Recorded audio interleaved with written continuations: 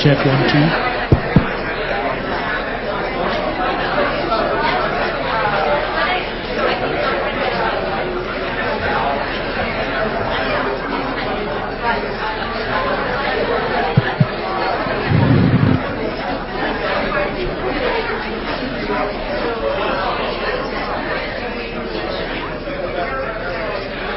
Good morning, everyone. Hopefully you can hear me. Check. All right, we're going to go ahead and get started with the official welcome to the 14th Annual Sheppard Symposium on Social Justice. Perhaps you noticed over the course of the past couple of weeks our new look. Because our theme is eco-justice, we decided not to print our usual fancy paper posters, and this year one of our committee members, Jenny Ben, who's in the graphic arts area of the College of Arts and Sciences, she and her students actually printed these, screen printed those, as well as the committee shirts. And they learned the process of silk screening as well as doing us a huge favor. So we do have a couple extra posters if you'd be interested. They are on recycled cardboard, so nothing new was used to print these posters. And as you can tell from our new logo and then this year's theme, we are all about eco-justice this year. Hopefully you've been hearing some of the news, which is both tragic and sad. And I'd like to point out two things of interest in the news lately. Is in Nigeria. There were extended battles between Christian and Muslim groups. And then I'd also like you to think about the West Virginia coal mine tragedy and turn to your neighbor and think about any possible ways that you think those two might be connected. And just do that really quick and also say why you're here at the Sheppard Symposium.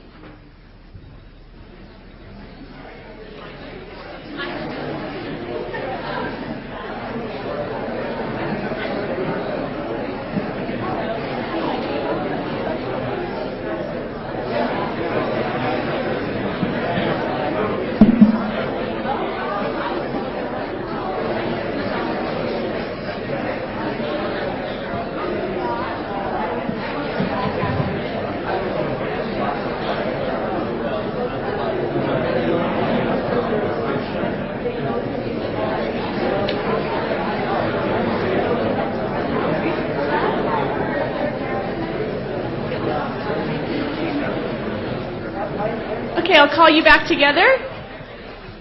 Any guesses as to why they might be interconnected? The West Virginia coal mine tragedy and then the horrible interfaith violence in Nigeria. Any guesses?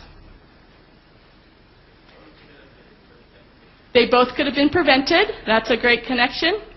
Any other connections?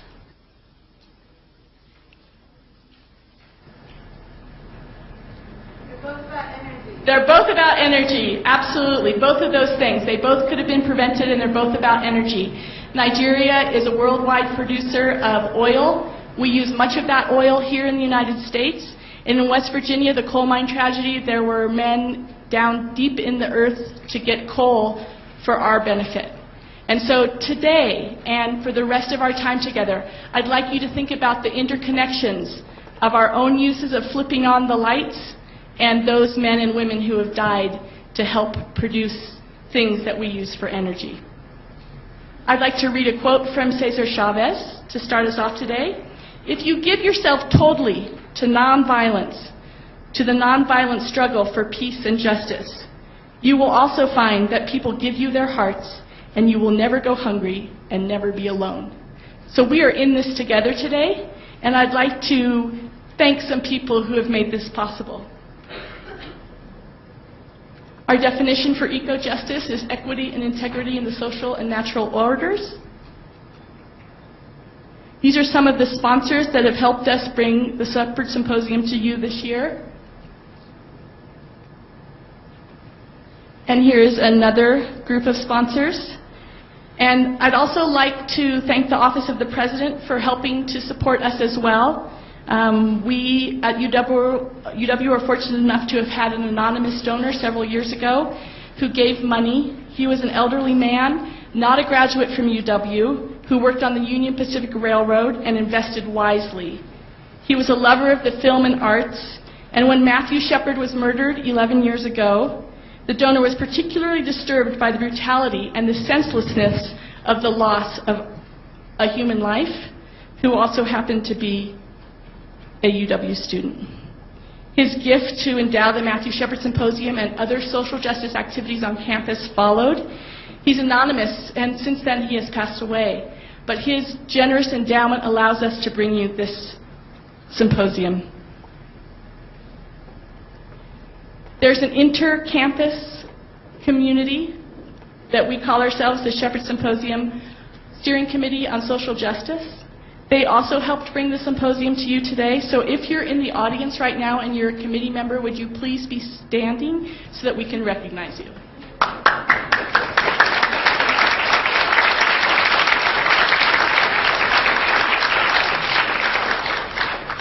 It's over 20 people strong, so we're very thankful for all of your efforts. We have lots of highlights to share about the Sheppard Symposium. Some of you have been to some of our concurrent sessions. They continue after our panel today and lunch. This evening at 7:30 p.m. in the Fine Arts Concert Hall, Chris Payne, the director of the movie Who Killed the Electric Car, will be presenting about his uncovering the complex issues of what happened or who actually killed the electric car. He'll also be previewing his new movie, which comes out in 2011, called The Revenge of the Electric Car. We also have hybrid vehicles parked out in front of the Union from many of the local dealers here in town, and we'd also like to thank them, so please go out and take a look at them as well. They are wonderful examples of the future. Also, this evening at 9 o'clock in the Union the Union Gardens, we have a hip-hop event with a UW grad, Adrian Molina. Soleil and Aju will be having hip-hop music for all of us to join in, so hopefully you will make it there too. Tomorrow on Friday, we also have concurrent sessions starting at 8 a.m., continuing until about 11, and then an adjunct faculty member who is also my professor, Professor Jessica Smith, will be sort of concluding the event for all of us. At 8 p.m. tomorrow night, when it's time for us to celebrate that the Sheppard Symposium, the 14th annual symposium, will be finished, we're having an equality dance, and that will be right here in this ballroom at 8 o'clock. It's co-sponsored by one of our partners, the Matthew Sheppard Foundation, as well as the Sheppard Symposium on Social Justice. Everyone is invited, it's free, and it will start at 8 o'clock. Now, I'd like to introduce Vice President Danae Hunzi from the Associate Students of the University of Wyoming. She's a senior in Political Science and International Studies, to welcome you on behalf of ASUW. And Ms. Hunzi, please approach the stage.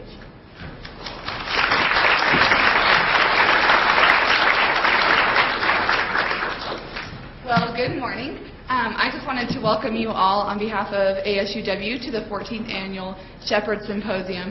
As you can tell from the list of events, this program has grown and flourished so much over the past 14 years, and it has covered an array of topics from GLBTQ issues to racial discrimination to this year's topic being environmental social justice. And I had the privilege of reading this book, Earth Democracy. I hope some of you also had that privilege, by Vanda Shiva, who was unfortunately unable to come and speak last night. However, there was one quote in this book that I really took away from it, and it said, "The earth provides enough resources for everyone's need, but not for some people's greed." And I just want to thank you all for being here today and being part of these discussions, and I hope that when you leave at the end of this symposium, that not only did we have good discussions with each other, with people from the UW campus, from the Laramie community, from around the state and around the nation, but also that we leave here with a call to action and maybe some strategies on how together we can address some of these social inequities that face our world today. And on that note, I would like to introduce our university president, Dr. Tom Buchanan.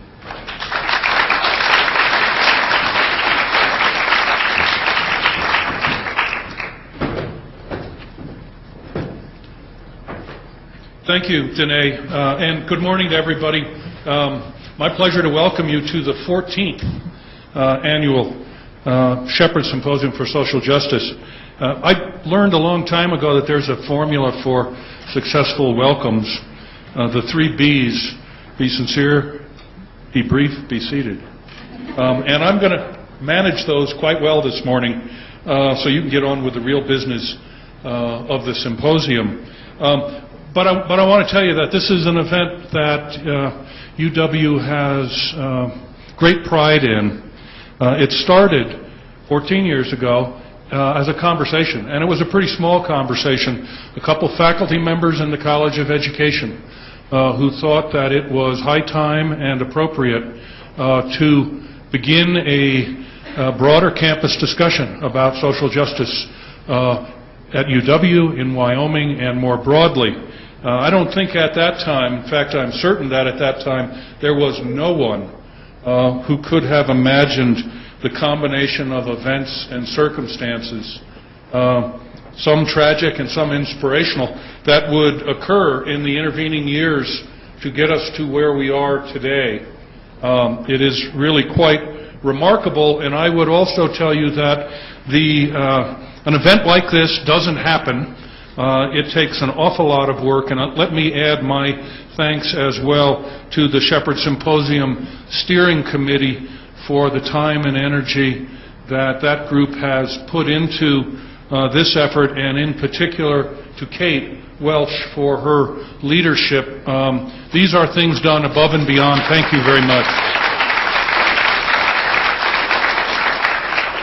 I know there are at least a few of you from out of town and some of you from off campus. Thank you for coming to Laramie, and we're going to do our best to keep the snow away today. No guarantees.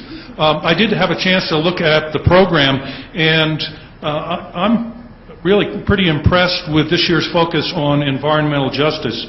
To me, it seems right on target for UW to host this topic. Extractive industries, agriculture, energy development, and Wyomingites' really strong attachment to the land all combine to make this topic important, relevant, and connected to all of us. And I think it's going to be a good couple days of meetings and conversation. Let me close with just a brief thought or two. We all have a responsibility to step up to this challenge, each of us in our own way, whether that's to advance an ideal or to work to improve the situation of others. When we do this, we send forth a little ripple of hope, and thousands of ripples can build up a current that empowers and transforms and that liberates and heals. Your presence here today is the start of that ripple to improve things in some way, to leave the world a little better than we found it. It's our responsibility, and it's a responsibility that belongs to everyone in this room as well as everyone we come in contact with.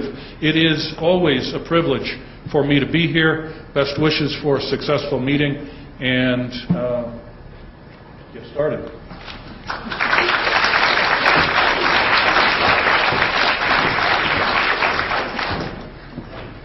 Thank you so much, Dr. Buchanan.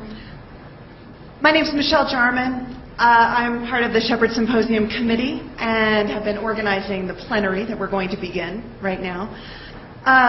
I'd like to invite our guest speakers to come on stage with me. We have representatives this morning from the Powder River Basin Resource Council, from the Nature Conservancy, and from the Wyoming Outdoor Council. We also have a representative from the Wind River Alliance, although she seems to be running late, so we're hoping that she makes it in time to speak to us. We're going to do things a little bit differently on the plenary. We have our wonderful speakers who are going to share their insights. We're going to be talking about grassroots organization, Nature Conservancy, all of these different issues, give you an idea of the legislative angle, bigger issues in the state. But we've invited a special guest to facilitate the plenary also. So I'm going to introduce our facilitator, and then he will take it over and introduce each of our guest speakers as they come to speak. So we are very lucky today to welcome Dr. Steve Smutko, who has just joined the faculty of the University of Wyoming in January. He is our new Spicer Chair in Collaborative Practice and quite a gifted facilitator. He's also a professor, and this is a bit of a mouthful, so I'm going to try not to forget anything. He's a professor in the Department of Agricultural and Applied Economics in the College of Agriculture and Natural Resources and the Environment and Natural Resources program. He has worked for more than a decade and is an expert in collaborative decision making. Now, before coming to Wyoming, Dr. Smutko served as the director of the North Carolina Natural Resource Leadership Institute and as an extension specialist with a background in economics and policy at North Carolina State University in Raleigh. Dr. Smutko has designed, convened, and facilitated stakeholder engagement projects on numerous natural resources issues in both the Rocky Mountain area and the southeast. Dr. Smutko conducts negotiation training programs for local, state, and federal agencies, private industry, and nonprofit organizations. And he also conducts research on environmental policy and decision making. And in addition to all of those things, he teaches negotiation analysis here at the university. And we're delighted to welcome him and have him here to join our discussion today. Thank you.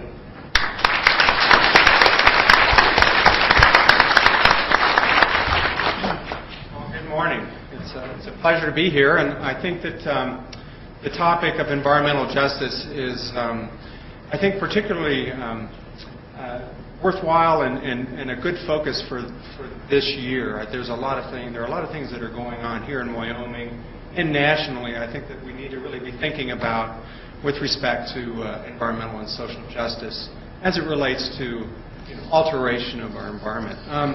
When I think about the term environmental justice, what comes to mind for me, the images that pop into my head are, the residents of Warren County, North Carolina, who were laying down on the highway to stop trucks that were bringing PCB-contaminated soil to a local dump site near Warrenton, North Carolina, a predominantly African-American community. And the PCBs were generated, and the contaminants were generated 100 miles from that community in Raleigh. Or, another image that comes to my mind are the oil refineries and the chemical refineries in the bayous of Louisiana, cited among residents who, for reasons of not having resources and for the reasons of living in an area where land is cheap, are again asked to accept another refinery. And I think really what we want to talk about here is, how do the issues of environmental and social justice manifest themselves here in Wyoming? What does it really mean? So how is it that our decisions to alter our environment for the benefits that we receive, and that might be jobs and income, certainly, electricity to power our homes and businesses. So, how is it that our decisions that provide comfort to us, how do they affect those of us who are predominantly and repeatedly asked or expected to bear the burden of our comfort? Those are the things I think we need to be thinking about. How does that happen in Wyoming, and what does it look like? In my work, I convene groups of people who represent various interests with respect to environmental policy, natural resources management. So I bring together people who are professionals, typically, who might represent federal and state agencies, local governments, industry, environmental organizations, and they're typically lobbyists, attorneys, professionals. And we typically focus on very conceptual ideas related to economic development and environmental protection. And really what we're focusing on generally are the economic and the environmental consequences of our actions. But it's pretty rare that we really do focus on and think about the moral and social justice implications and consequences of our actions, particularly when we're in the throes of talking about and developing policy to help improve environmental protection. And it's not that we don't care, but it's more of a fact that it's difficult to sort of factor in these concepts of moral and social justice with more mundane or concrete concepts of environmental protection or ecosystem protection and economic development. And so, this was brought to light to me in a very, I guess, simple way, but very forcefully. When I was working in North Carolina, we were convening a group around issues related to confined animal feeding operations. We're talking about North Carolina, we're talking about hogs, pigs, and they smell. And one county was trying to develop a local ordinance to regulate confined animal feeding operations. And this stemmed from a proposal to build a 30,000 sow operation in this one county. And it was to be located, of course, near a low-income community not within eye-shot, within nose-shot of that community. And the county was really focused on and wanted to talk about the more mundane issues of setbacks and things like that. There was one fellow, I won't mention his last name, his name was Joe. He was the one that really brought the issue to the county commissioner's attention and actually caused them a lot of heartburn. When we convened this group, I said, well, we need to bring Joe into this group. And there was a lot of pushback around that. No, can't have Joe. He's just terribly unreasonable. He's going to bring up all these issues that we really can't deal with. But, I think we managed to persuade him to bring Joe to this, to be part of this group. And Joe represented this community. And so as we started talking about ways to limit development, et cetera, around confined animal feeding operations, we were talking about things like pathogen generation. And during one of these meetings, Joe raised his hand and he goes, I have no idea what a pathogen is, but I can tell you what's important to me and the people that live in my community. And, that really changed the focus of what we were trying to do there. And we started to put everything through what we called the Joe test. So that was, all these decisions that we were making, was this going to work for Joe and his community? And, he could articulate those things for us. And so I think that through that, that was a very meaningful event for me and helped me begin to understand how we start to think about those issues, the moral and social justice issues, in a more mundane context of environmental alteration. So, getting back to the issue of environmental justice in Wyoming, we have a great panel here, and I'm certainly hoping that our third panelist will be here to help bring to light and provoke you to think about what it really means about, how do we think about moral and social consequences of our actions with respect to environmental alteration.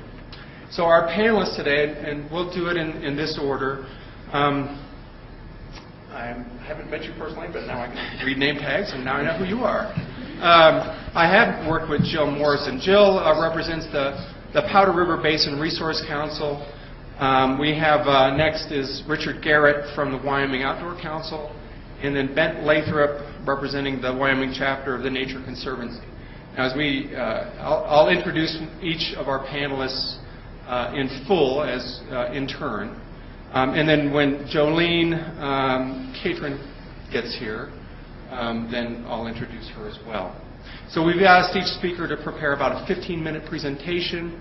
After all the panelists have spoken, then we'll have an opportunity for questions and dialogue. Okay? So let me introduce our first panelist, and that's Jill Morrison. And Jill's the community organizer for the Powder River Basin Resource Council. And since joining the council in 1990, she's been working with Wyoming landowners and citizens to address energy development impacts and to ensure good stewardship of land, water, and air while engaging citizens in civic participation. In 2004, and this is important, she was recognized among 18 other individuals across the country for her work and received the Ford Foundation's Leadership for a Changing World Award. Morrison and her husband, or Jill and her husband, operate a ranching and outfitting business in northeast Wyoming and have 2 daughters. Prior to her work with Powder River, Jill was an award-winning investigative journalist. She has a degree from Arizona State and was born and raised on a farm in western Nebraska. So Jill will discuss rural community organizing and how groups work to address serious impacts and people's struggle from our expansive energy development in Wyoming, ranging from coal mining, oil and gas development to uranium. So Jill. Thank you. Okay, let me get a prop that the gods dropped down on the interstate on my way down here. I put behind the curtain.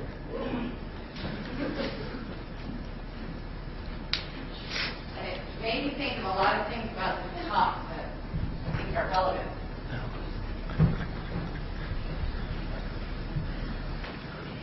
And maybe somebody who lost it is here and they can claim it. But I picked it up off the interstate outside of Casper. So I, first of all, want to thank the steering committee, the sponsors, the University of Wyoming, from the bottom of my heart for putting this together and for focusing this year on environmental and social justice and for asking us to be here. I really appreciate it.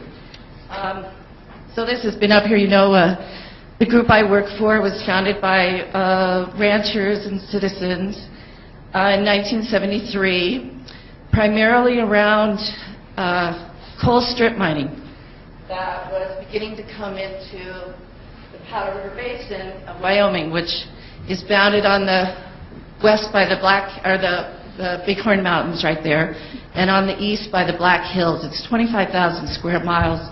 It is one of the largest energy producing areas in North America.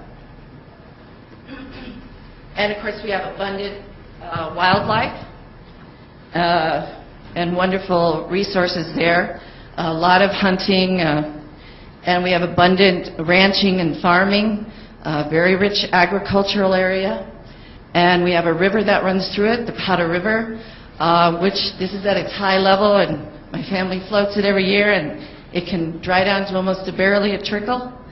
And it has some of the most unique fisheries in Wyoming that nobody's ever heard of. So that's where we're from. There's a kidfish playing in the Powder River. Quicksand is pretty abundant there. And these are the people I work with. These are the people who founded this. This is Bill Barlow. He's passed on now. And that was his grandson in the previous picture. Great man, cared deeply about the land, the water, the wildlife, the air. Ed Swartz, one of the other founders, still kicking and honorier than hell, which Steve can attest to. And Digger Moravik, a mentor of mine, which reminds me of the shovel down here. Digger told me you always need a gimmick, and I don't know, the gods dropped this shovel on the interstate, and I thought, So Marge and I pulled over and put it in the car, and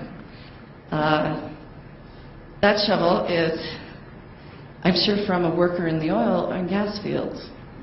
I can tell kind of by looking at it, maybe not, but they use that equipment. And they have an important job to do in this state. And it also seems to me that in my work with rural people, Digger was basically blasted out of his home, living near a coal mine in the Powder River Basin. And went through a long struggle, but lost his home from the blasting. But we have to shovel a lot of excuses from industry and from the state for why they can't do a better job protecting our land, protecting our water, protecting our wildlife, protecting our air when we develop these important resources. So that shovel's kind of a metaphor for me today. Powder River Basin, the majority of coal out of this country comes out of the Powder River Basin. There are 15 active strip mines, 400 million tons of coal a year, 100 trains of coal a day, over 100 trains over 100 cars long every day coming out of the Powder River Basin. And when this group started, there were no regulations about how we mine coal, what we require them to do. I mean, they could just come through people's land and too bad. And so folks got together and said, we need to say how this is going to be done. And we need to protect our homes, our land, our water, our air. We know it's an important resource, but let's say how it should be done. So this is what the coal mines in the Powder River Basin look like. And our folks joined together with folks in the East. We passed laws first here in Wyoming to regulate how mining takes place, and then joined with folks in the East, in Appalachia, and passed the National Surface Mining Control and Reclamation Act in 1977 to regulate coal mining, to require it to be permitted, go through extensive analysis, require groundwater replacement, require bonding, require reclamation. The coal companies do an excellent job at reclaiming these mines. But that would not have happened without the people in the Powder River Basin making it happen. So these people were pioneers and leaders in that effort. This I just took a couple weeks ago. We still have a lot of issues to deal with in the Powder River Basin, and one of them is the air quality from the coal mining, which is damaging the health of people who live near it and damaging the health of their livestock and probably the wildlife as well. And so we still are working on these issues. And 1 out of every 5 homes in this country runs on coal from the Powder River Basin. This is an issue we had to deal with a few years ago. They have to blast to remove that overburden.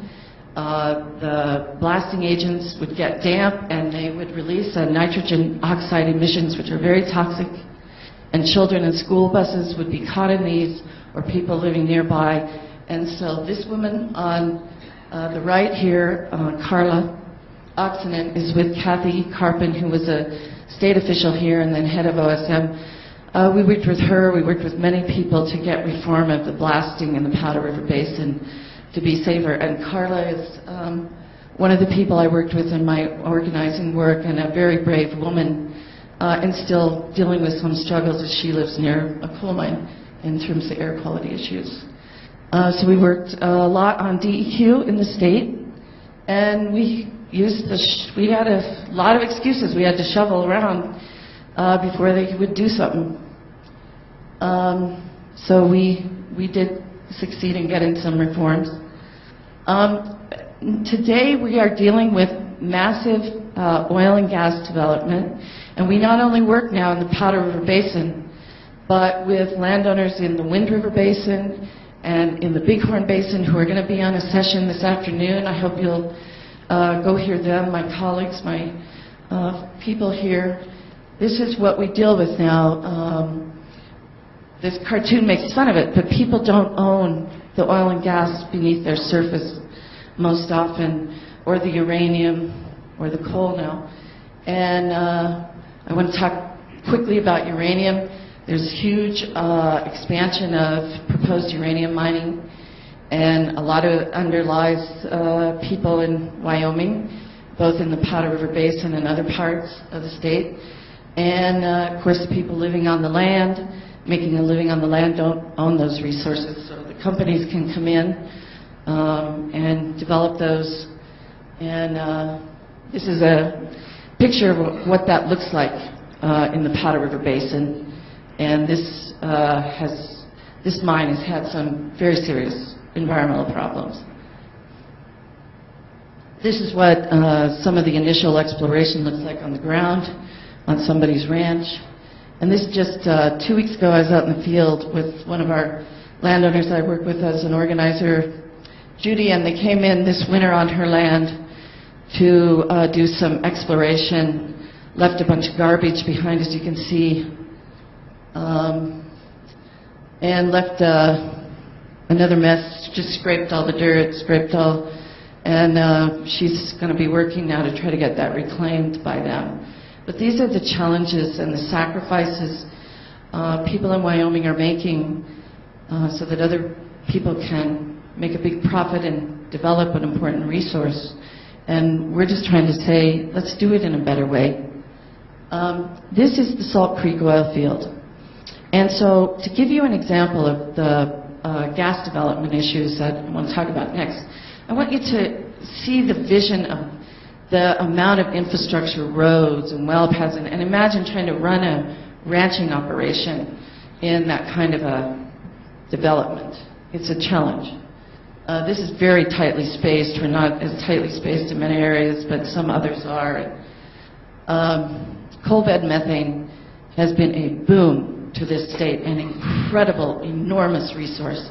The Powder River Basin has been the largest gas-producing area. Not only do we produce all this coal, but we are the largest gas-producing region in the state. We have poured tremendous resources into both the university, the state, but what are we giving back to the people in the Powder River Basin impacted by this development? We need to do something about that, and that is an environmental justice issue right now. These are people I work with. There are, unlike the coal mining industry, there is no bonding to require the exact cost of reclamation. They are bonded. The oil and gas industry has one blanket bond nationwide, no matter how many thousands or tens of thousands of wells they have.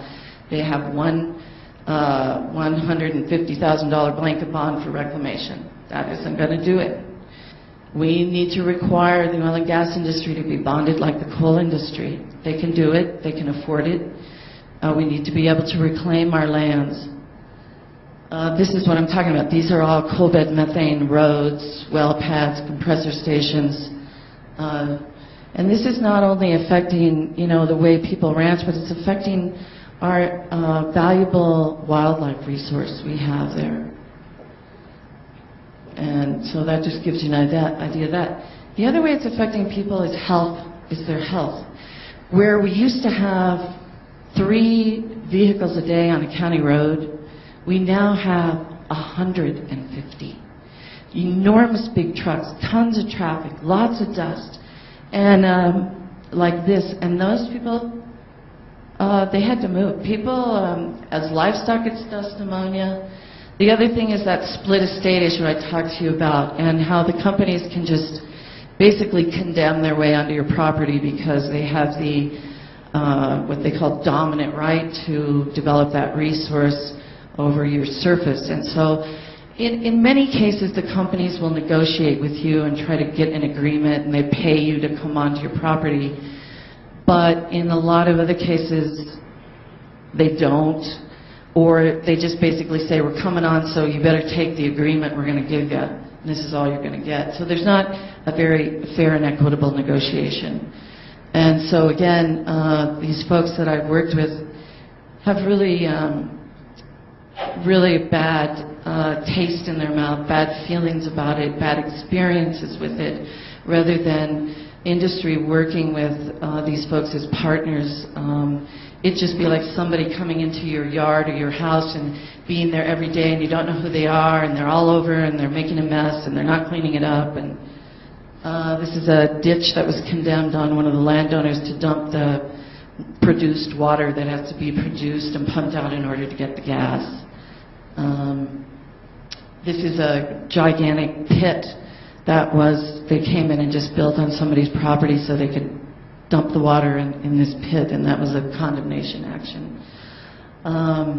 So we did organize and gather people from around the state, and we were able to pass the Wyoming Split Estate Act, which gives landowners a little more rights. I mean, it's still got some flaws. And we did also, were able to reform some of the eminent domain laws to help a little, but we need to do more. Marge West, my good friend and mentor of mine here, is going to be on the panel this afternoon. I hope you get to hear her. They have endured some amazing impacts and difficulties, and through it all, I have to say she's kept her sense of humor, which is an amazing thing.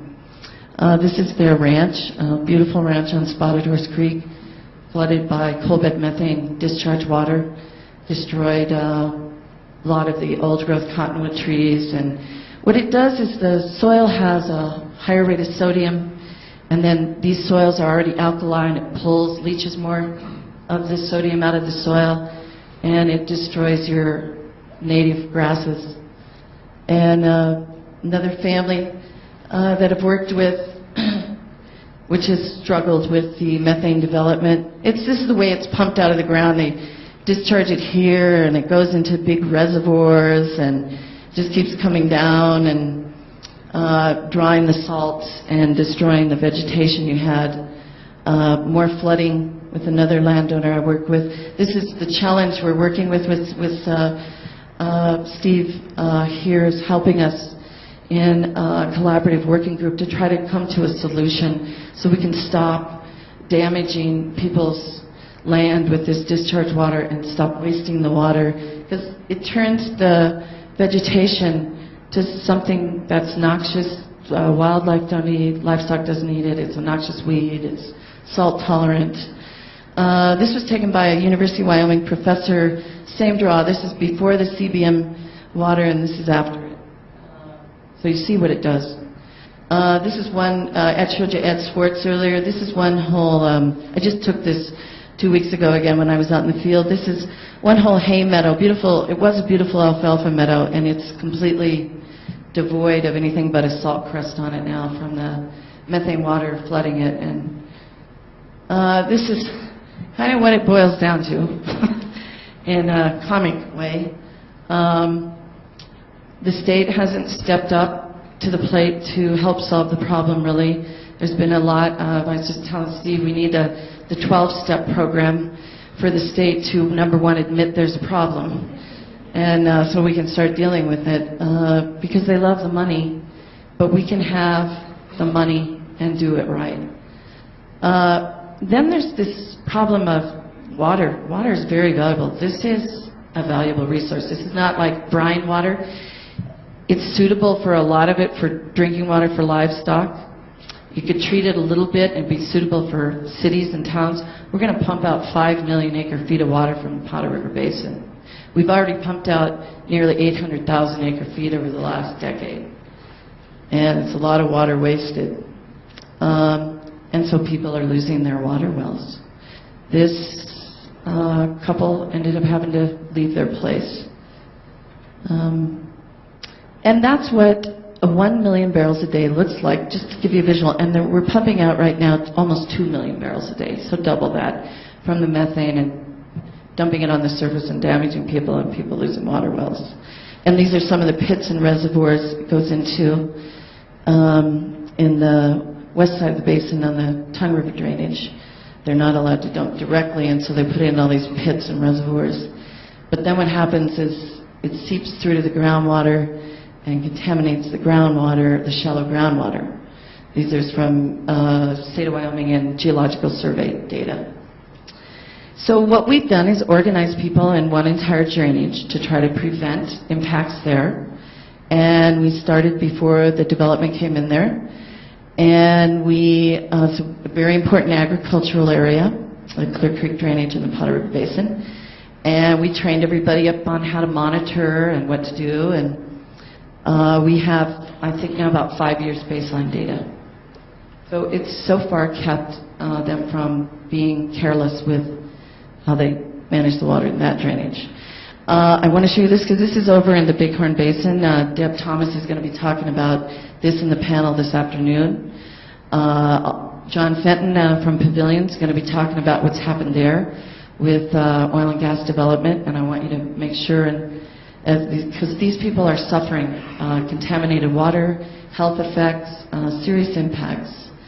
And just some closing photographs in the area. We're trying to keep development out of the fortification area. We have a great elk herd there, and it's a rugged, rough area, and trying to bring back the sage grouse. And we need to, as a friend of mine said, gather our horses and spur them on both sides to get this done. So I thank you very much and appreciate being here.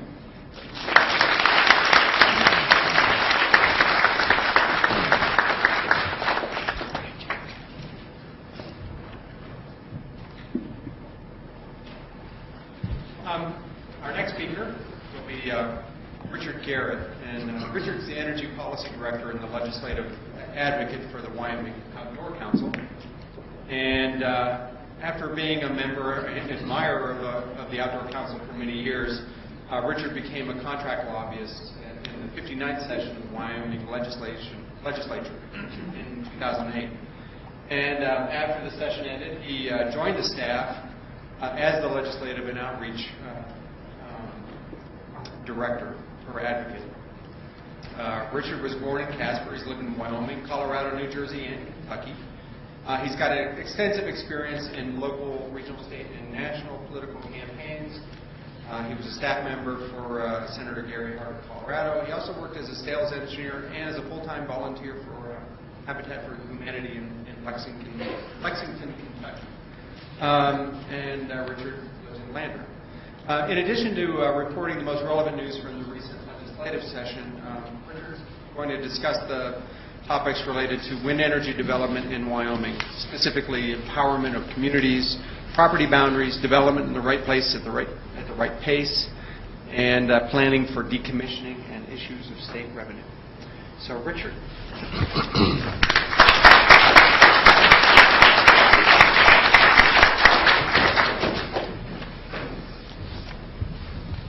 Well, first, I do want to correct one part of my biography. I was not a sales engineer for Habitat for Humanity. In the interest of full disclosure, I was a sales engineer for Enron, an energy company that has since gone out of business through no fault of my own. So I want to thank President Buchanan, students and trustees, the committee, the organizers, in particular Michelle, for allowing me to be here today, and for my fellow panelists and their contributions too. I am a lobbyist, as Steve described, so I deal in the concepts that he mentioned. And that implies that we're putting words on pages, manipulating those words, and bringing some of those words into reality as laws, not me as a lobbyist, but trying to influence the laws that are then shaped as a result of our efforts. So, during this session, we looked at 4 wind energy bills.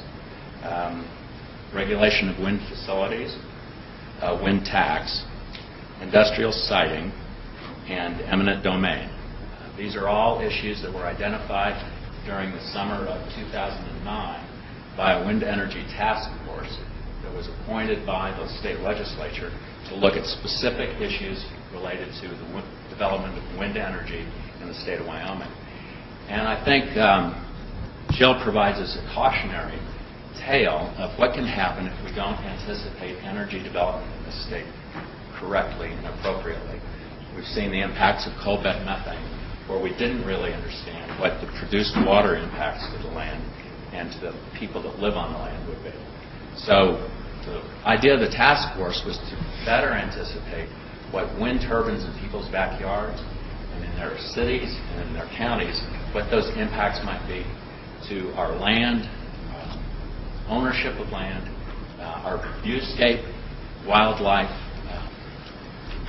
ranching, and even to minerals exploration.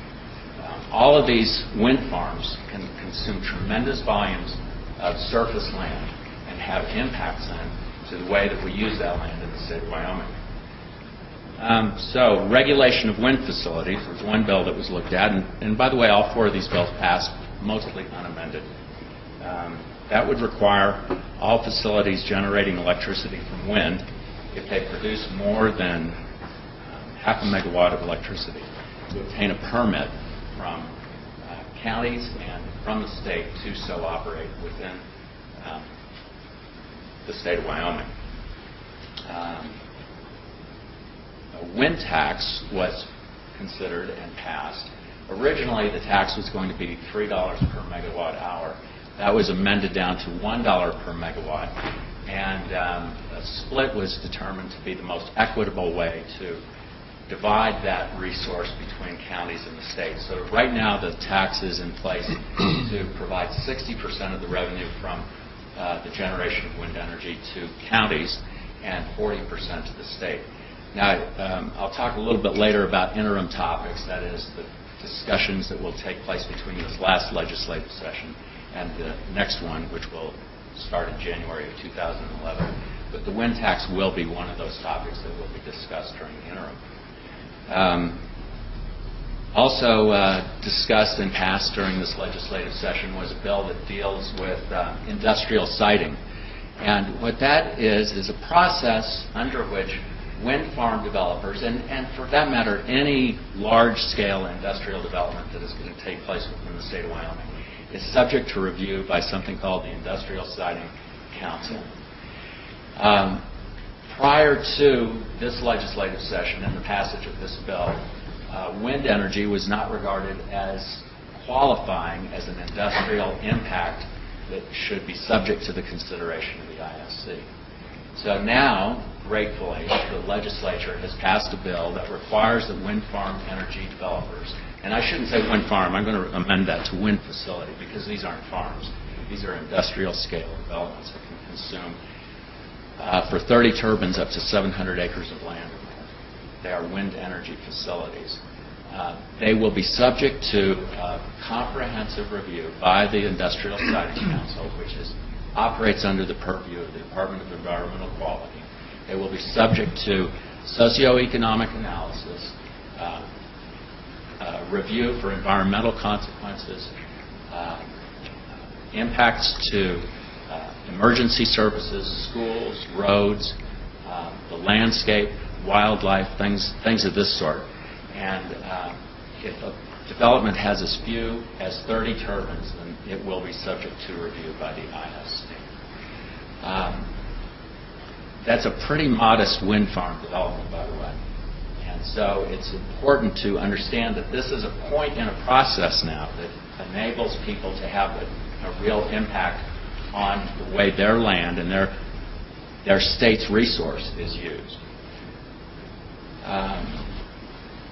We also saw passed during the session a limitation on the rights of merchant power generators to interconnect their wind farm facilities with the energy grid, with the transmission grid, via what's called collector lines. These would be lines that run essentially from turbine to turbine and from wind facility to wind facility, and then connect to these large A-frame towers that you see traversing the landscape and transporting electrons from Wyoming into neighboring states, Colorado, California, Utah, Nevada, etc.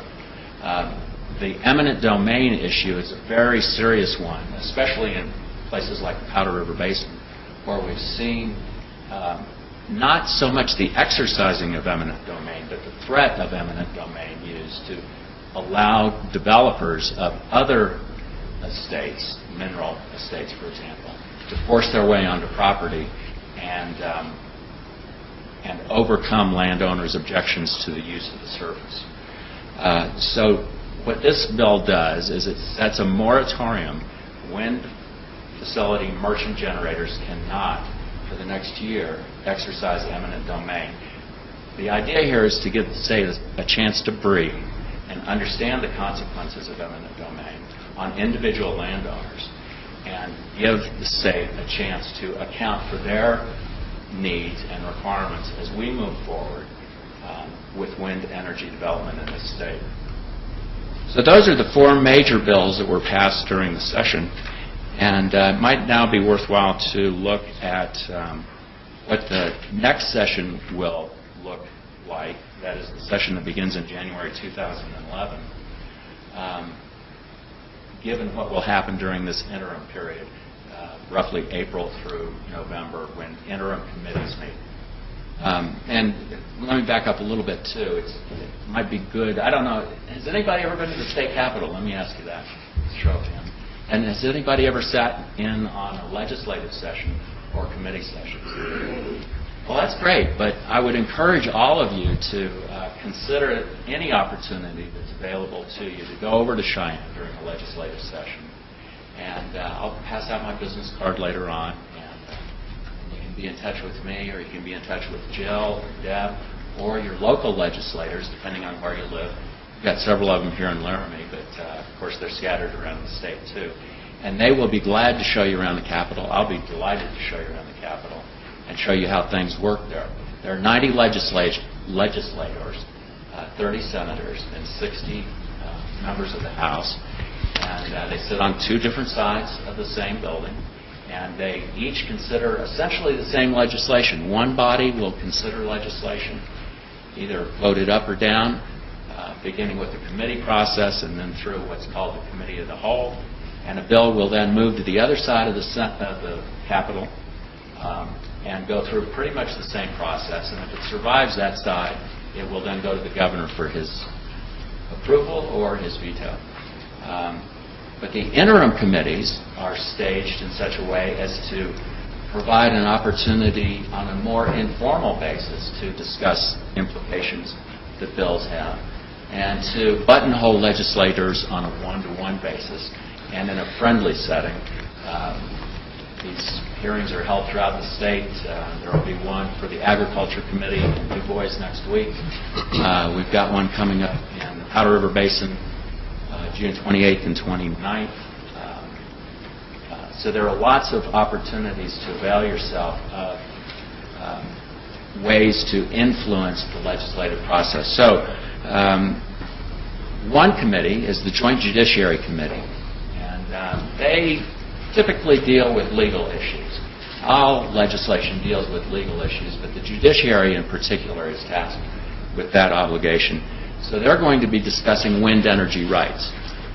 The discussion, the controversy is wind energy, the molecules that are moving with the wind across one's land, can they be severed from the surface estate?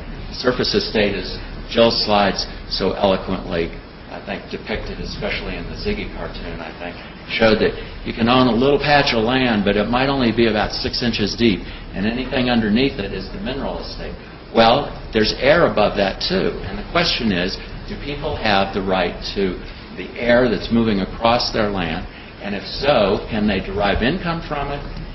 That question has actually been answered affirmatively, but can they sever it from the land? And can we have then yet another estate in this state that will complicate land ownership issues and make it more difficult for people to maintain control over the use of their surface?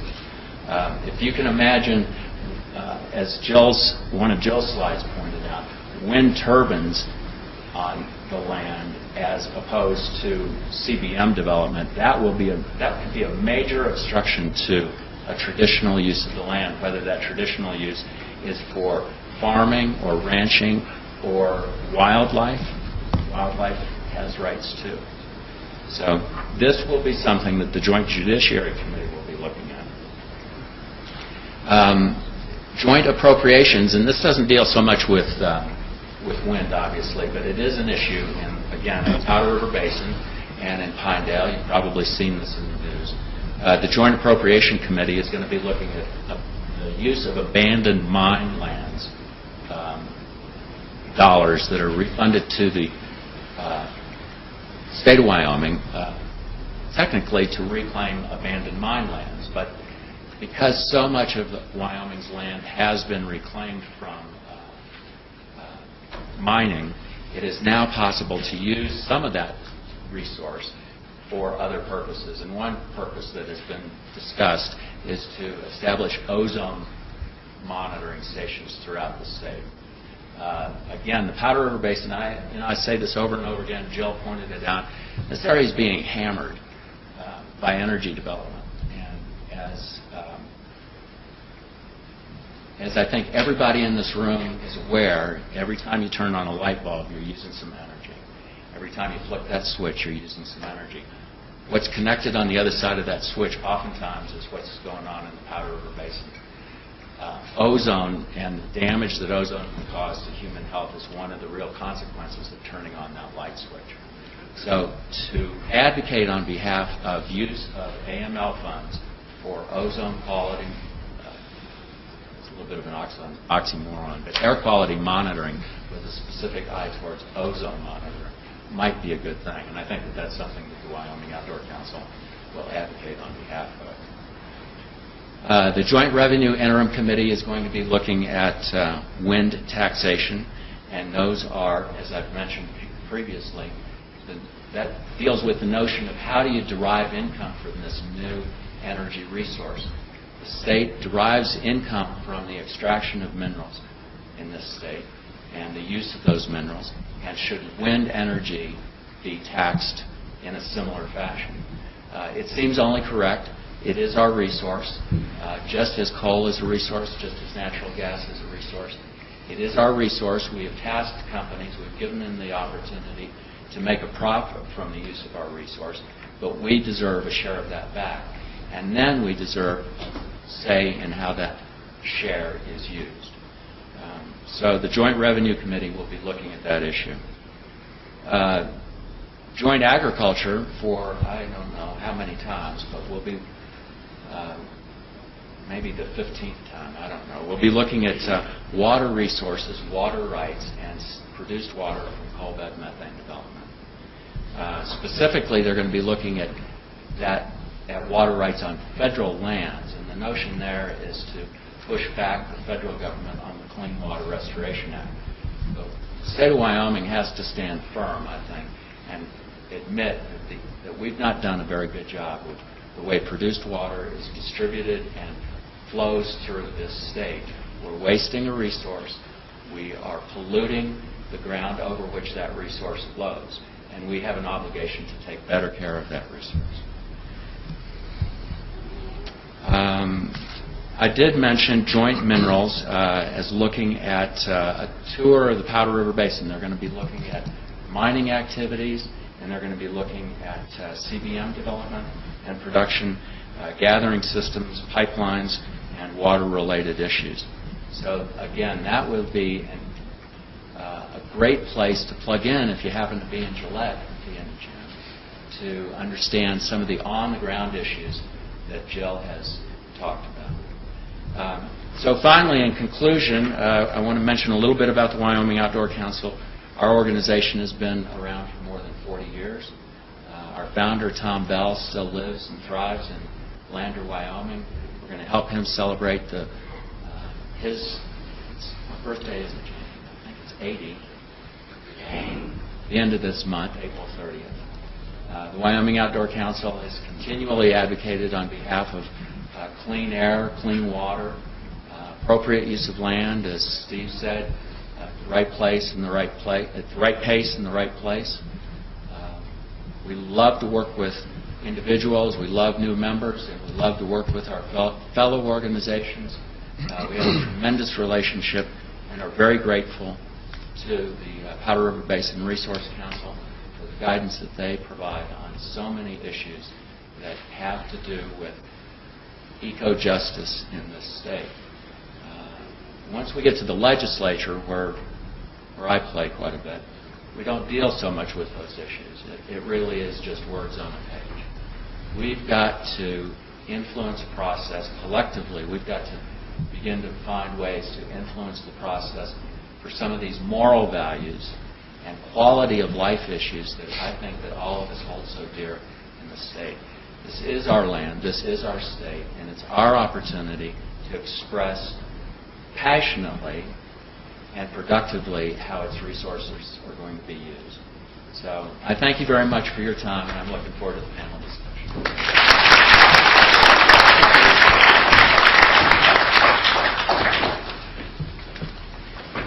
Thank you, Richard. And I think it's helpful to put what Richard's very detailed explanation of what's going on in the legislature, put it in the context of what Jill had to say and sort of the images that Jill was bringing up for you. And I think you can sort of piece those things together, and it may give you a pretty good picture of the issues and then ways to have some influence over what's going on here in Wyoming. Our third speaker is Brenton Lathrop, and Brent is the Southeast of Wyoming Program Director for the Wyoming chapter of the Nature Conservancy. And Brent has a master's degree in community and regional planning from the University of Nebraska. And I happen to be at a session around jobs. ENR, the School of Environment and Natural Resources, is putting together luncheons around future careers in environment and natural resources. Brent spoke at that, and I think that he pointed out, which I think is very relevant, that he could have been involved in a very scientific, he could have been a soil scientist or a wildlife biologist, but he chose the people perspective, the planning, and he felt that really put him in good stead for the work that he does. And I would agree with that. So Brent's going to talk about community-based conservation in Wyoming and Nebraska and efforts to engage the broader public in environmental and conservation decision-making, a subject that's near and dear to my heart. He'll focus on public participation, case studies of two threatened and endangered species, and a regional conservation area plan, and most recently some local wind initiatives. So, Brent, thank you.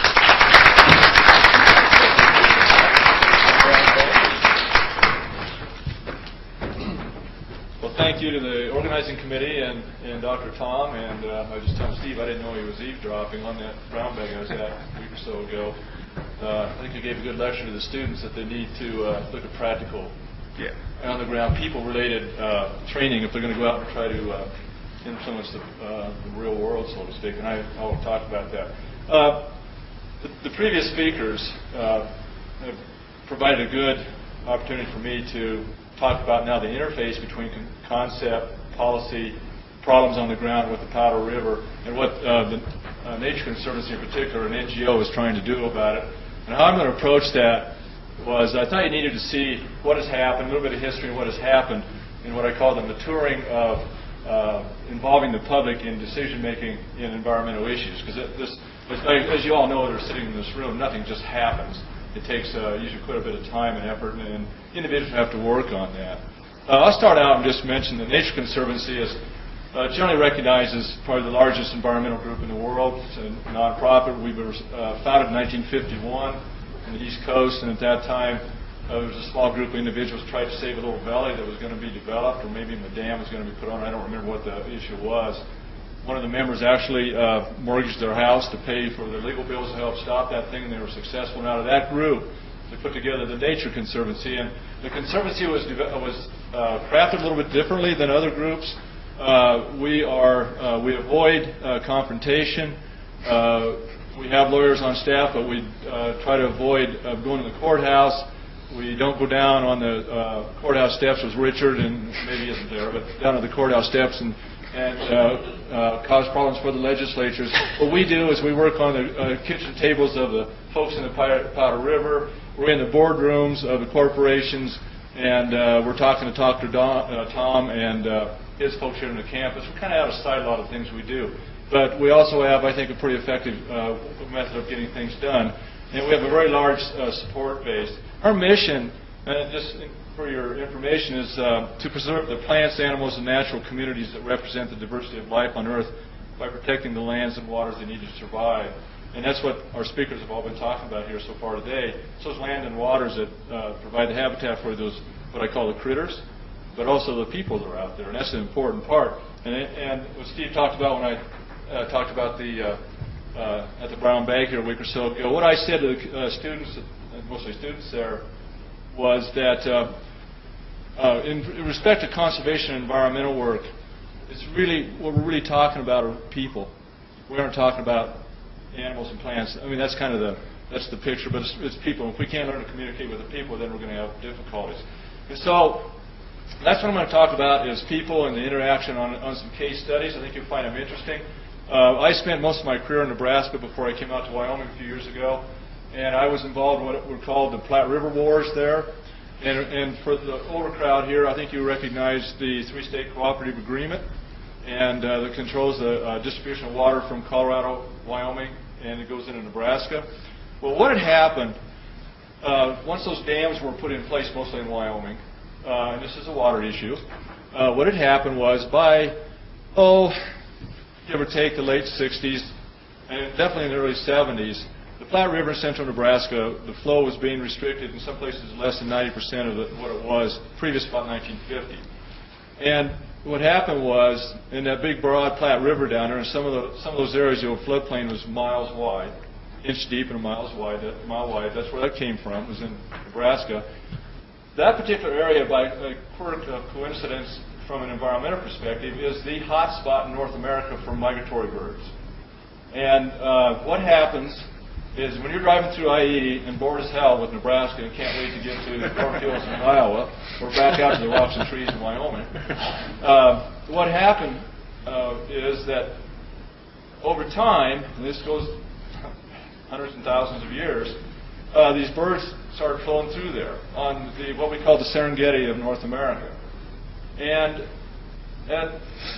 give or take the 70s and 80s, 90s, even whatever time frame, we had approximately, to give you an idea, coming through Nebraska every year, right now or earlier, 10 to 12 million ducks and geese, hundreds of thousands of wading birds, now approximately 600,000 sandhill cranes, and in the late 70s, middle 70s, we had a token remnant few of about 140 whooping cranes left.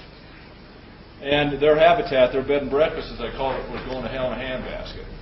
And by the middle 70s, we were seeing incidents of avian cholera show up for the first time in Nebraska. And because of the importance of that area to these birds, for example, most of the females gain their body weight for when they lay the eggs when they get up in Canada, northern the Dakotas, and some even go over into Russia. And if they aren't in good body shape, then obviously the production starts dropping off, and we are starting to see severe declines of habitat. Well, the bird health and habitat was supporting it. So the Conservancy had been in that area since the late 80s doing some work, and in the early 90s, I was hired to go in and actually set up an office and start working with the other folks on a collaborative basis to try to see what we could do about it. And one of the things that we did, and it comes out of my experience of my master's in planning, was that at the same time, and I don't know if it was just because they hired me or it was because things were changing in the NGOs, the Conservancy in particular began to realize that we couldn't just depend on hard science to solve these environmental issues. We had to bring in social sciences. What the hard science folks call the squishy stuff drives them nuts, folks. It just drives them nuts because you can't put borders on it and you can't do a decent study to give you good hard responses. And so what we did was the Conservancy put together two study groups in the nation as kind of a trial balloon. One of them was in Nebraska, and it was in my office, to go out and work with the public, like we'd never done before. And so what we did was put together at that time one of the first studies of environmental issues in the United States. And going out, we did the old classic focus groups, we did the surveys, and we brought in, had some public events on a small basis. And we were just trying to get an understanding, a measure of what the attitudes of the people in central Nebraska associated with the Platte River and this very, very important ecological area thought about their sense of place and their association with the environment. Now, you know, in production ag or industrial ag areas of the United States, that can be what is usually called very right-wing. and they don't like to have change, and even though change has always taken place. But it was kind of interesting what happened out of that. We had pretty good response from people. I got to sit in on some of the actual interviews with individuals and so on.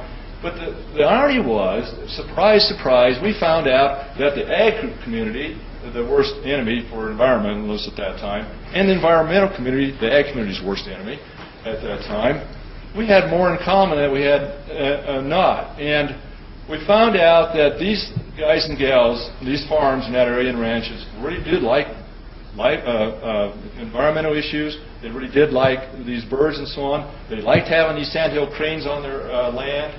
They wanted to see them do all right, but they didn't like the outsiders coming in and intruding on them and telling them what to do. And so one of the things we learned also was that it was very important to bring in some local people from the area. And another thing I didn't know at the time, but I found out I was one of the unusual hires by the Conservancy. That's actually from the state that I was working in. Many of the NGOs in particular tend to hire, and I said this at the meeting there a week or two ago, tend to hire people from East Coast and South Coast, or the West Coast, and then bring them into a whole new area and expect them to do wonders. It doesn't work. And you in Wyoming have a lot of experience on that, I'm sure. And the Powder Basin, working with the energy industry and the outsiders, I'm sure you have testimony that consume massive amounts of beer. But anyway, so we tweaked the way we were operating a little bit. We started going out, actively seeking out these ranchers and farmers that were innovators and leaders in the community, and using them as advisors and so on. And over a period of time, we, in my opinion, really created a much better atmosphere on the Platte River, and our ag community and our environmental community in that part of Nebraska started coming like this, and it was really refreshing to see. One of the things from a real economic development aspect was, out of that happening, the federal government, who likes to have area-wide or community expressions of support for funding opportunities, started pouring money into our area to help on these wildlife issues. And that economic development that took place was profound, because what we did was we went out and fixed the river. We were out fixing these wetlands. And these local bulldozer operators, they used to be going out and tearing all this up. Now they were fixing it. They had a smile on their face, and they were making money. And if you remember what happened in the late 80s and early 90s in the ag industry, a lot of people went out of business, and all the services behind them were going out of business just as fast, and that helped create opportunities for these people to stay around. The next thing that we got involved with out of that experience, down in Lincoln, Nebraska, which is another place you drive through, and you see the dome off in the distance end, the shrine of the University of Nebraska, the Coliseum, as you're driving through on the interstate. What you don't realize is Lincoln was actually founded as a salt mining community in the middle 1800s. That area is one of the few places in North America that has saline wetlands. It's a little chemical difference than the alkali we have out here. It's left over from the last ice age. And as you're driving through Lincoln, where the airport is, that used to be a big saline lake and hosted thousands and thousands of migratory birds, again. Well, Lincoln by 2000 was approaching 225,000, was exploding in development, and it was moving north into Salt Creek. Well, it just so happened there were 3 threatened and endangered species up there. And one of them in particular, the Salt Creek tiger beetle, little guy about this big, most people wouldn't even see it. It's found only in that location in the world. And so as a threatened endangered species, the environmental acts were starting to kick in. The City of Lincoln, the County of Lancaster were getting worried about what's going to happen to this development. And so we happen to own a bunch of ground over north of there. And so we got involved with the counterpart of the Wyoming Game and Fish and decided that we were going to put together a community approach to problem solving and how we could keep that landscape and integrity of that landscape in place, and of course keep those threatened endangered species off the list and make things easier for the people living down there, especially the development crowd. Well, at this point we hired a consultant and really put together a plan to go out in the community, and we had again, focus groups, we had surveys, personal interviews, We also made a great effort to advertise open house type meetings and bring in the public. Well, that was my first experience as a country boy of running into what I call the city politics of problem solving, which is if you don't like something and you don't know what's going on and misinformation is profound in those things, what you do is you come in and try to disrupt those meetings. And my hair has always been blonde, but it almost was white by the time I was done with that activity, because turned out we had some landowners that were concerned about the valuation of the properties. They were concerned about their private property rights, and they flat just didn't like having outsiders come in and tell them what to do. And we went through the process, and it was very painful and what I call brutal. And I had names that I didn't even know I was called at some of those meetings. But the upshot of that was that we put together a plan for the Little Salt and the Tiger Beetle, and out of that came a partnership that 13 years later now, approximately 13 years, is humming along, is highly respected in the community, is collaborative. We brought all the stakeholders into the picture. And let me just read some of the things that came out of that, if I can find where I'm at here real quick. The benefits. And that was about a 4,000 acre area.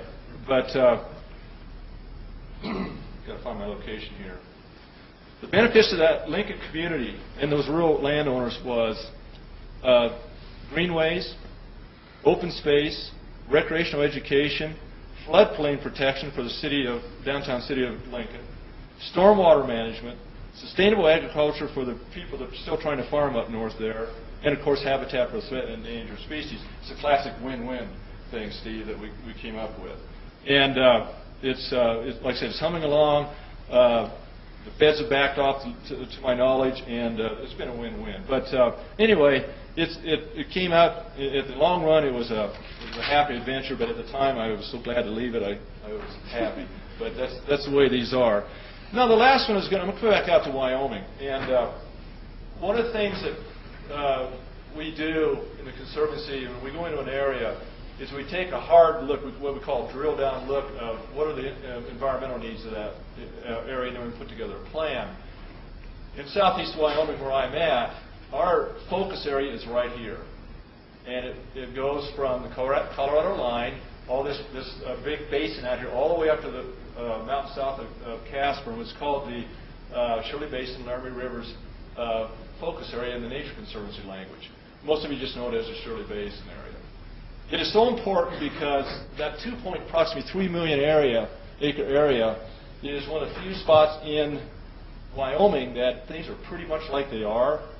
Maybe I should say were when we start talking about wind. But it's pretty much like they are, and it supports quite a host of critical species. Of course, sage-grouse has already been mentioned. It's one of them. And so we came over here, and we wanted to see how best to operate in this area. And in 2007, 2008, we went out and did this review process. We did it on a smaller scale. We met with ranchers. The conservation districts were our main collaborators. And I had some open houses. They weren't highly advertised, but we were more focused on how we were trying to approach this. And again, we found out that there were so many things in common with the ag community and the environmental community that we have got some great friends out here now because of that. But we also have some great obstacles to being successful. Wind, of course, is one of them, and I'm going to wind this down, Steve, but wind, of course, is one of them. When we did that review plan in 07, 08, we had wind on the radar. It was an issue we were looking at, but we were more concerned about ranch subdivisions. We were more concerned about transmission lines and some of these issues. Within a matter of 18 months, wind went from just on the horizon to the #1 issue. We are now, folks, looking at potential for wind farms from the Colorado border on this side of the Laramies and over on the other side of the Laramies over in the Cheyenne area, all the way up to Douglas and in the mountains south of Casper. This will be, if it happens, could be as big or bigger than the coal bed methane and the oil as far as impact and coal as far as the impact on the acres of Wyoming, what it's going to look like. Wind is not a silver bullet. We already know that. We're still learning on it. But it's going to dramatically change these things. And so how we're trying to work on that at this point is we're working with the ranch community, working with the conservation districts, the game and fish, and we're also trying to work with the wind companies, the developers. And that group is very difficult to get in front of. Most of us are running behind. It's just like the coal industry and the oil and gas. You guys, we're always behind the 8 ball on these things, it seems like. And what Richard was talking about in the legislature is very important. We were involved in the background of some of those ideas, and it's going to be interesting to see what comes out of it. Now, the latest gold rush, folks, for those of you who live over on the other side of the hill like I do, in Cheyenne, are you paying attention to the oil and gas discovery in the Niobrara Formation that was just found in northern Colorado? Well, that Niobrara goes clear up to Douglas and so on, and I just was talking to an individual before this session that Goshen Hole is now, or not Goshen Hole, but Goshen County is now one of the target areas in Wyoming to make your millions and your next goal. And so we have the dual whammy coming over on that side of the mountain. Now of wind, now it's going to be coupled with oil and gas on top of it. So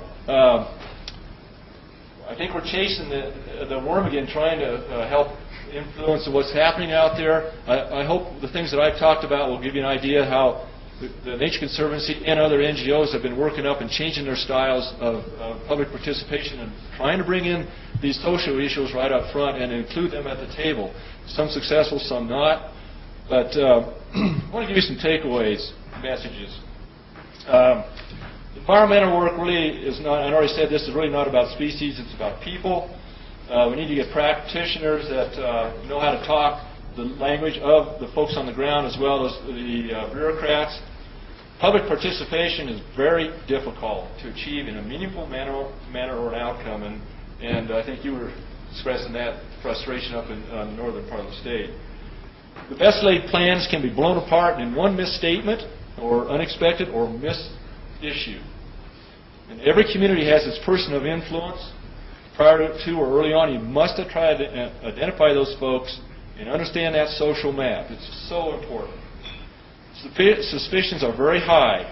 Private land owning public or managers, and I say managers because a lot of your landowners are absentee now, are wary and most importantly, much more sophisticated than most of us give them credit.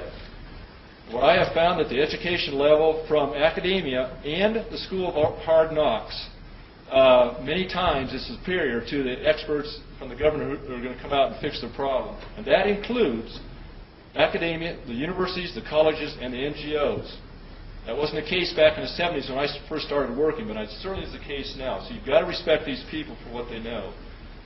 Private property rights and property valuations are very important and must be addressed head-on. And in any state, taxes, taxes, taxes. You've got to understand the economics of the state, or your efforts are going to get blown out of the water. So I could speak on this for a long time. I was going to say that I was going to give you the Reader's Digest version of this, but I actually gave you a poster version of this, because every one of these issues I talked about are very complex, and I can literally spend an hour or two talking on each one of them just about all the things that took place. So with that, I will stop, and I think it's time for the panel discussions. All right.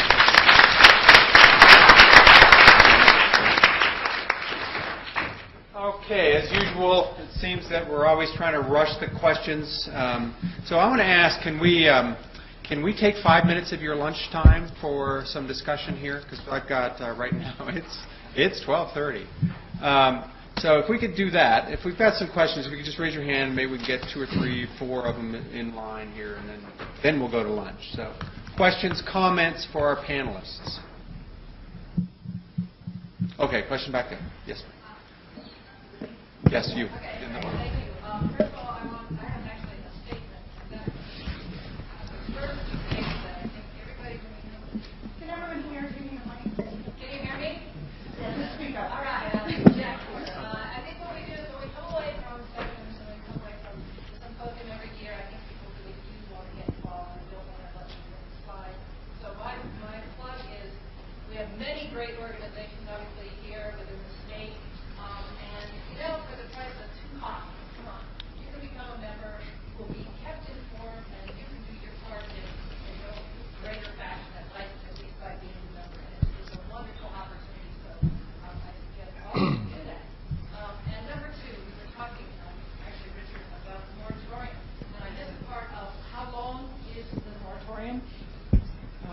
Okay. How long is it on? How long is the moratorium, and are there objectives to be answered, or things to be answered so that the moratorium will be lifted or extended? The moratorium is to last for 1 year, and the objective will be to give the Wyoming Infrastructure Authority a chance to develop a comprehensive engineering analysis that will propose the best way to interconnect these wind facility developments one with another and to the energy grid.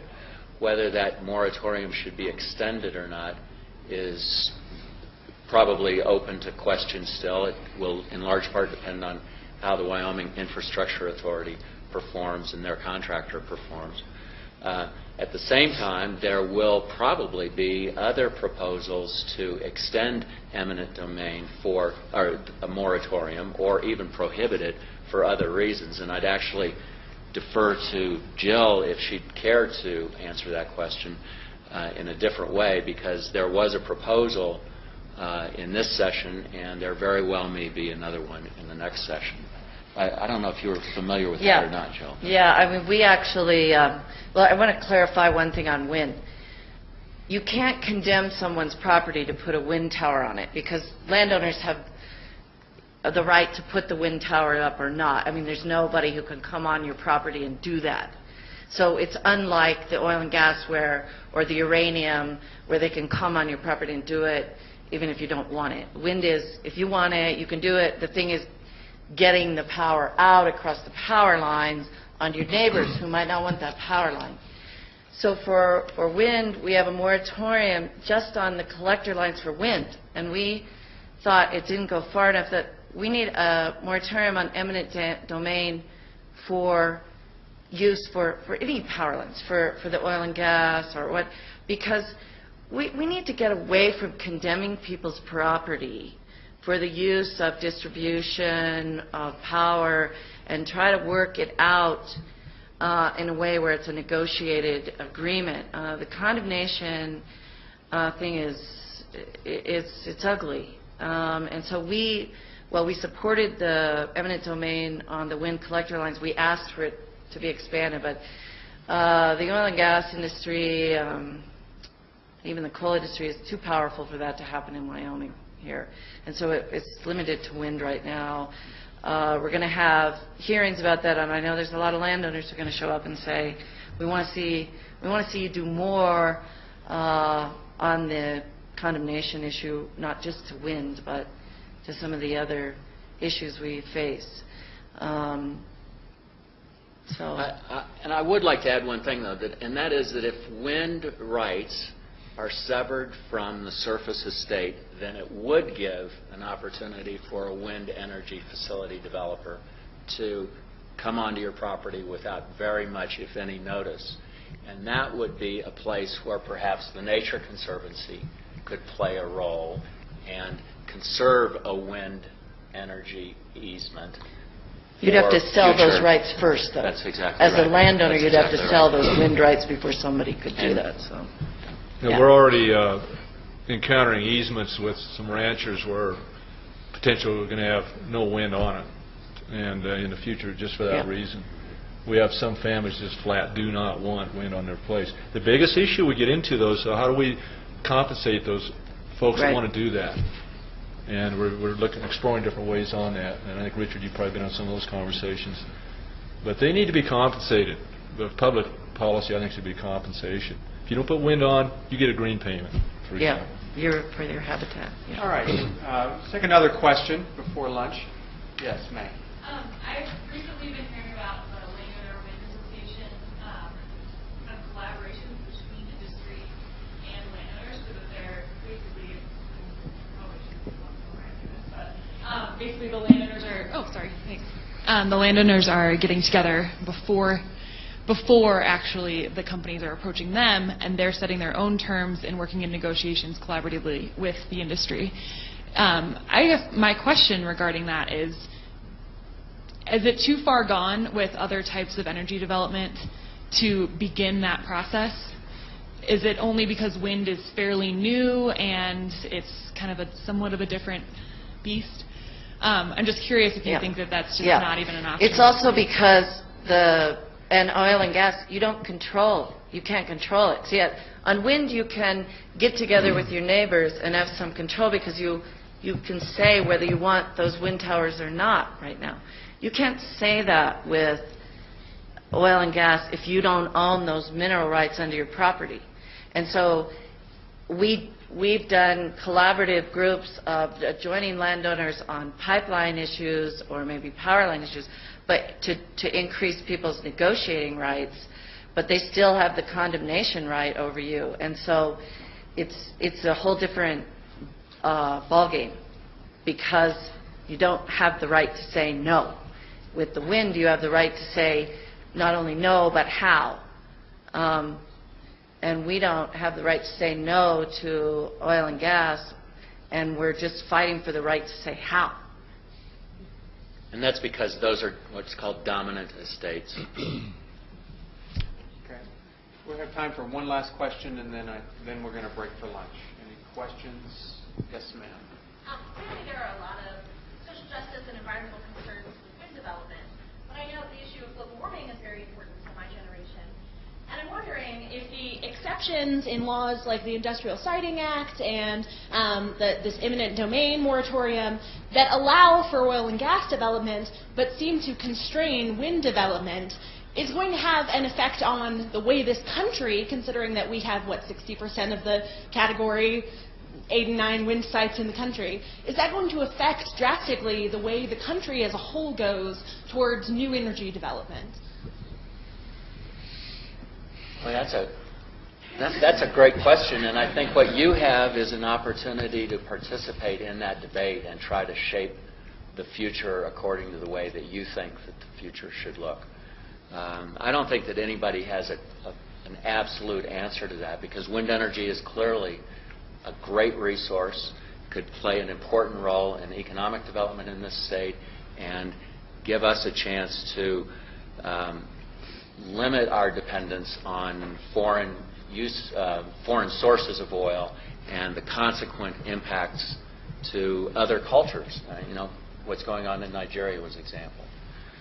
So I think if you can participate as an individual in a member-based organization, that's great. If you can talk to your legislators, that's great.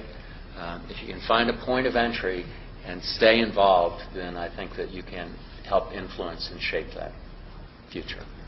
All right, that's a great way, I think, to sum up our plenary session today. And I think I want to give a round of applause to our panelists.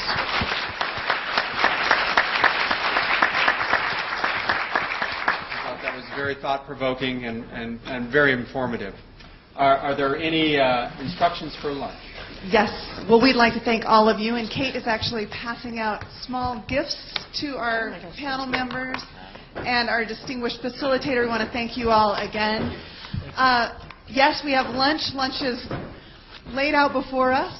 If you all just want to join us, we'll be eating.